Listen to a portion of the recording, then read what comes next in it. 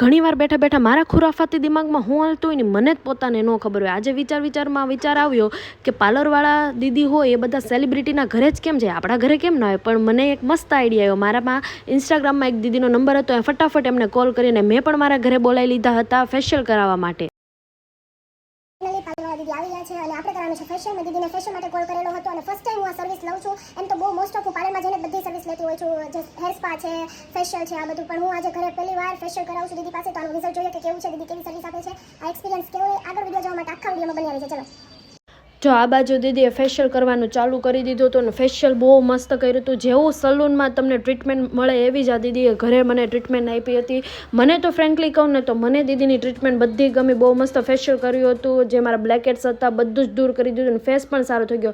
અને મને મસ્ત ફ્રીની એડવાઇસ પણ આપી કે હું 2 થી 3 મહિના સુધી ફેશિયલ કરાવીશ તો એકદમ ગ્લો આવી જશે, સ્કિન મસ્ત થઈ જાય. 1 મિનિટ હું તમને રિઝલ્ટ જ બતાવી દઉં. વેઇટ. ગાઈસ, તો જો ફેશિયલ થઈ ગયું છે અને સ્કિન પણ એટલી મસ્ત લાગે છે અને એકદમ રિલેક્સ ફીલ થાય છે. અને હવે મેં વિચાર્યું છે કે હું એવરી 1 મહિને તો ફેશિયલ કરાવી છે. તમે જે મને આ ફેશિયલ કર્યું ને બહુ મસ્ત ફેશિયલ કર્યું છે, પણ ફેશિયલ જે કર્યું મને ખબર છે કેમ કે હું તમારા કોન્ટેક્ટમાંથી. પણ આનાથી પણ વધારે બીજી કઈ તમે હોમ સર્વિસ આપો છો?